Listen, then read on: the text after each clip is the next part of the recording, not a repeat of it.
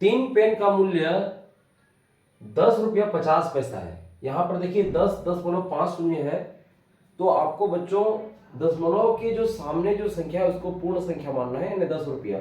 और ये इधर क्या है, ये पैसा को बताता है, ठीक है, तो 50 पैसा है।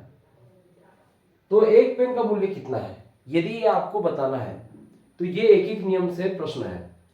अधिक पेन का मूल्य आपको दिया रहेगा, जैसा कि एक से अधिक है तो अधिक है, और आपको पूछ रहा है एक पेन का मूल्य कितना है, अधिक का देगा और एक का पूछेगा, तो यहां पर आपको जो है विभाजन करना है, भाग देना है।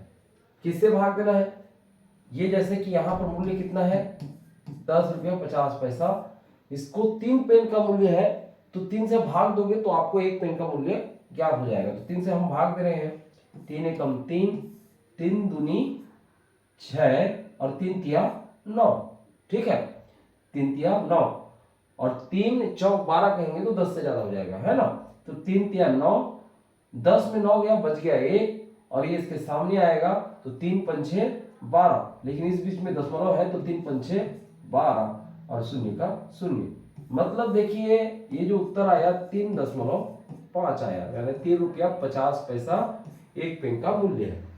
इस तरीके से एक और प्रश्न रहता है जिसमें जानना रहता है कि देखिए 5 पेंसिल का मूल्य 25 है, तो एक पेन का मूल्य क्या है।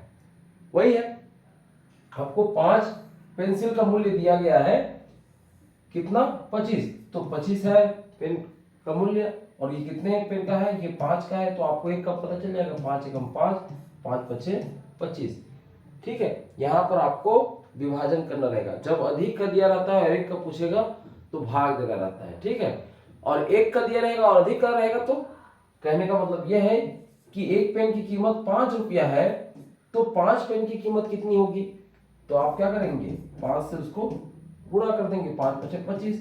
6 पेन की पूछेगा तो 5 का गुणा 6 के साथ कर देगा तो 30। ये इस प्रकार से गुणा करना रहता है। ये सब तो ठीक है, लेकिन कई बार इस प्रकार से प्रश्न पूछ देता है जिसमें बच्चे जो है कंफ्यूज हो जाते हैं। देखिए 1 दर्जन पेंसिल का मूल्य 42 है, 1 दर्जन पेंसिल का मूल्य कितना है 42 है, तो 5 पेंसिल का मूल्य बताइए। अब यहाँ पर बच्चे को दर्जन, 1 दर्जन बराबर क्या होता है ये इसको समझ में नहीं आया, उसने ये समझ लिया कि एक पेंसिल का मूल्य 42 है, तो सीधा सीधा क्या करेगा 5 पेंसिल का मूल्य ज्ञात करने के लिए 42 गुणित 5 कर देगा, जो कि गलत है, ठीक है। यहाँ पर 1 दर्जन मतलब होता है 12 पेंसिल, 12 पेंसिल का मूल्य कितना है 42 है, और आपको पूछ रहा है 5 पेंसिल का कितना होगा। तो आपको सबसे पहले क्या करना है, पहले एक पेंसिल का मूल्य ज्ञात करना है। तो 12 को इसमें जो है हम क्या कर देंगे, भाग दे देंगे, ठीक है। 12 का कहां पढ़ते हैं, तो 12 दूनी 24, 12 तिया 36, 12 चौक कितना होगा। अब यहां पर देखते हैं इसको, यदि 12 का पहाड़ा यदि आपको नहीं है पता तो 2 से हम पहले विभाजित कर लें, ठीक है। यहां पर 2 छिक्का 12 और ये 2 एकम 2 और 2 एकम 2, ठीक है। फिर हम देखते हैं 3 से इसको भाग दें, 3 दूनी 6 और ये 3 सत्ते 21। फिर ये देख रहे हो आप कि 7/2 आ गया, मतलब इसका हम आधा यदि करें तो ये हो जाएगा 2 एकम 2, 2 तिया 6 और 7 में जो है 6 को घटाए तो बच गया 1। यदि हम एक दशमलव लगा दिए तो 1 हो जाएगा 10, 1 हो जाएगा 10 और फिर 2 पंचे 10, तो ये हो जाता है 3.5 यानी 3 रुपया 50 पैसा। तो 3 रुपया 50 पैसा है एक पेंसिल का मूल्य, तो 5 पेंसिल का मूल्य कितना होगा, ठीक है। 5 शून्य शून्य, 5 पचे 25 का 5 हाथ में आया 2, 5 तिया 15 और 2 17, ठीक है।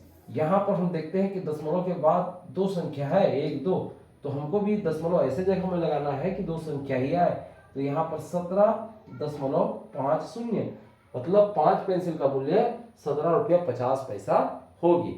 तो ये इस प्रकार से है बच्चों एक एक नियम में।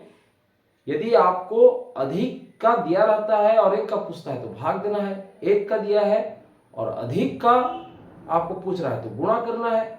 और यहां पर देखिए कि जब 12 का दिया है 42 और 5 का पूछ रहा है, तो सबसे पहले आप क्या करोगे, 1 का ज्ञात कर लेना, फिर उसके बाद अधिक का ज्ञात कर लेना, अधिक से 1 का और 1 से अधिक का। तो ये होता है एक एक नियम।